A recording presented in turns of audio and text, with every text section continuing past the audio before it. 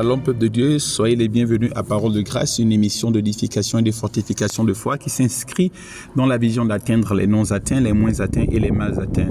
Je suis l'apôtre Nodier, je suis heureux de vous savoir connecté derrière vos écrans et je crois qu'aujourd'hui le Seigneur nous fera du bien au travers de cette exhortation dont nous allons puiser le texte de base dans le livre de 2 Timothée chapitre 2, le verset 22.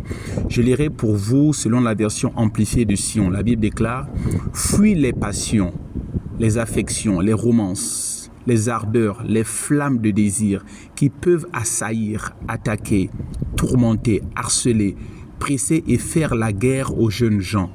Faites tous tes efforts pour cultiver la foi, l'amour et la paix avec tous ceux qui font appel au Seigneur d'un cœur pur. Alléluia. Nous célébrons le Seigneur pour sa parole.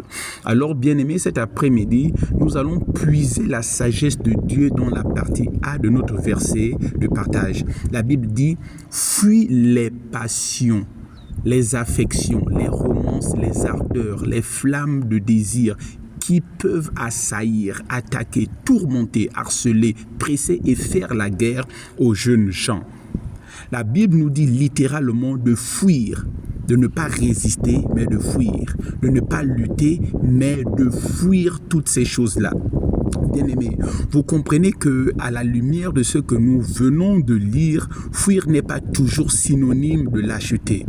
Fuir ici peut être apparenté ou sinon signifier décider de se dégager, de s'éloigner, de s'échapper en toute vitesse.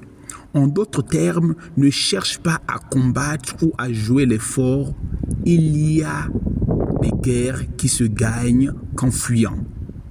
Donc la fuite peut être dans certains cas une véritable arme de sagesse utilisée par Dieu.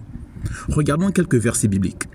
Dans le livre de 1 Roi, le chapitre 17, le verset 3, Dieu demande à Élie d'aller se cacher, littéralement de fuir devant Akab et Jézabel. Dans le livre de Matthieu chapitre 2, le verset 13, Dieu par un ange dit à Joseph de fuir en Égypte avec le petit Jésus et sa maman Marie.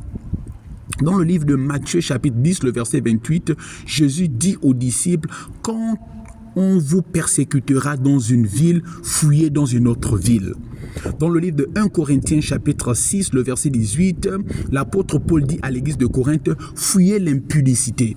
Il demande de ne pas résister, mais de fuir l'impudicité. Dans le livre de 1 Corinthiens chapitre 10, le verset 14, il dit, fuyez l'idolâtrie.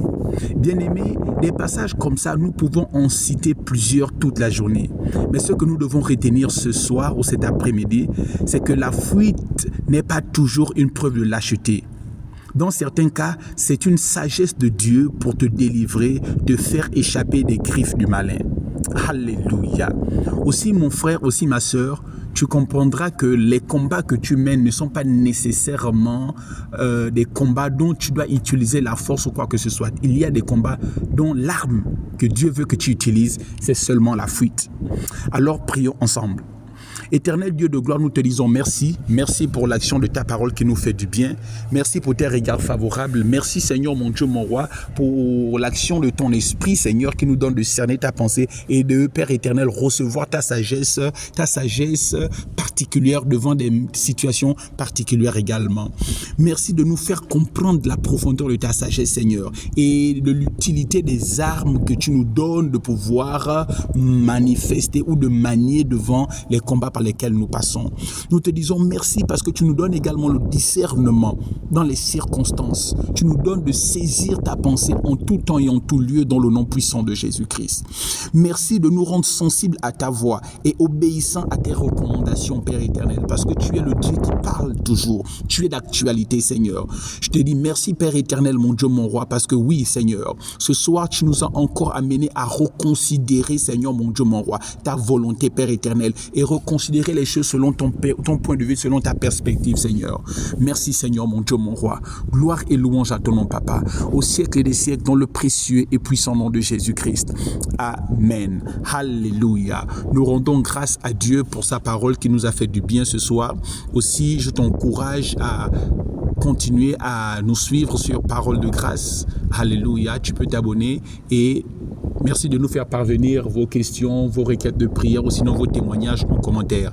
C'était Parole de grâce avec l'apôtre Naudier. Soyez bénis. On prend rendez-vous pour jeudi prochain, 16h30 heure du Gabon. Shalom.